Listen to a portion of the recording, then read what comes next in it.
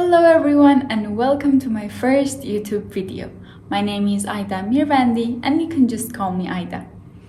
In this video, we want to learn about conditional sentences. And if you're already familiar with them, you can just refresh your memory on the key points. But before the lesson, I have some great news for you.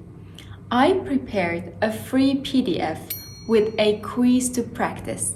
And if you want to download the PDF, all you've got to do is to click on the link in the description box and check your understanding. Right, let's get started with the grammar lesson. I want to discuss the four main conditional sentences. The zero conditional, the first conditional, the second conditional. Can you guess the last one? Great, the third conditional. Each conditional sentence has an if clause and a main clause. With all conditional sentences, the order of the clauses is not fixed, so you can swap them around.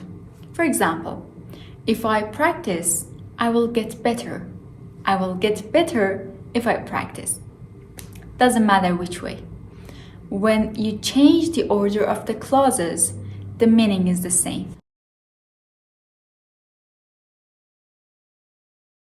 A zero conditional sentence consists of two present simple verbs.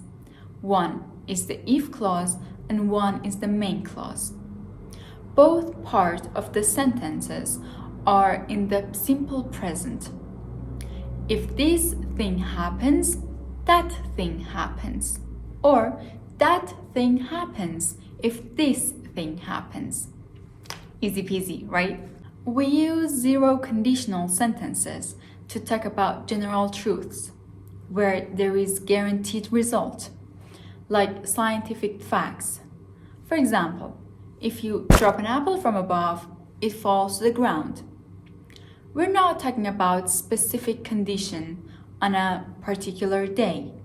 In general, if you drop an apple from above, it falls to the ground. Interestingly, you can replace if with when or whenever without changing the meaning. For example, when I'm happy, I smile. I smile when I'm happy. Remember, when we use the word you in the zero conditionals, we are often talking about people in general, not you in particular. Like, if you melt ice, it becomes liquid. Now, let's take a look at these examples. If I'm sad, I take a shower. Or you can say, when I'm sad, I take a shower. People die if they don't drink enough water. If British people get bored, they talk about the weather. I think that's a big scientific fact. We often use the zero conditional to give instructions with the imperative in the main clause. For example, if she rings the doorbell, tell her to go away. Text me if you get lost. Let's move on to the first conditional. The first conditional has the present simple after if and then the future in the main clause. For example, if this thing happens, that thing will happen. Or you can say, that thing will happen if this thing happens. We use the first conditional to talk about things that might happen in the future, but we can't know for sure that what things will happen in the future. But we can use the first conditional to talk about things that will probably be true. With the zero conditional, we spoke in general, but with the first conditional, we speak about the real world, about specific situations. Some examples. If we don't leave now, we will miss the train. If you study hard, you will pass the exam. If I see my friend, I'll ask her. Contraction of I will, I'll. I'll ask her. I will ask her. It is important to consider the modals when it comes to the first conditional. We can use the modals in the main clause in place of will to express a recommendation or a permission. Take a look. If we don't leave now, we might miss the train. If you study hard, you could pass the exam. If it gets colder, we might light a fire. The second conditional uses the simple past after if, then would and infinitive in the main clause. That's the most common. Or would and present continuous in the main clause.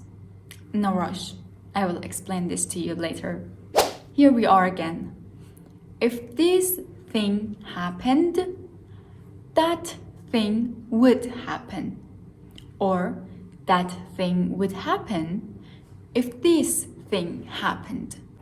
We use second conditional to talk about things in the future that are probably not going to be true. Or we can often use it to talk about dreams and fantasies. For example, if I won the lottery, I would buy a house in Barbados. If he had more money, he would buy a boat. We can also use the second conditional to talk about the things in present that are impossible. In this case, it is very common to use I were instead of I was.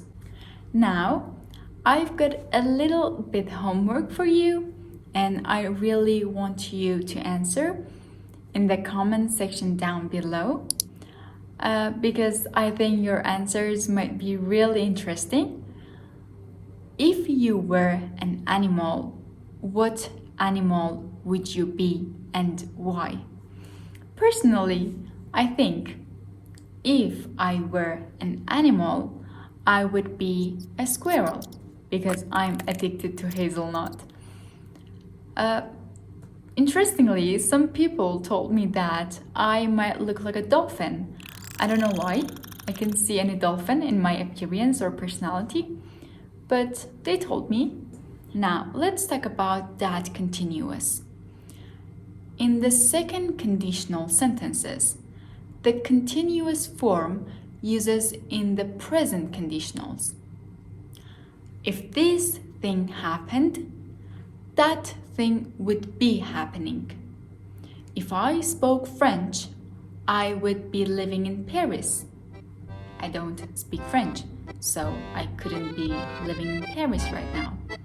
Or, if I had exam tomorrow, I would be revising it. This is not very common, this continuous is not very common, but it's important to know about it.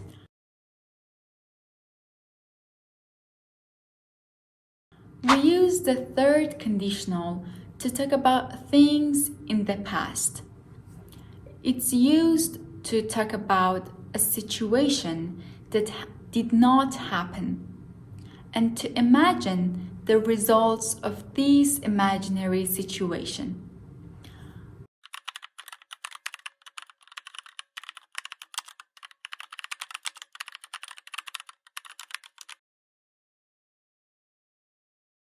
We use if plus present perfect in the if clause, and then would have plus past participle in the main clause.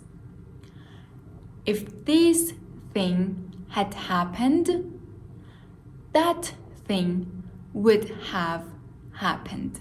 If I had studied harder, I would have passed the exam.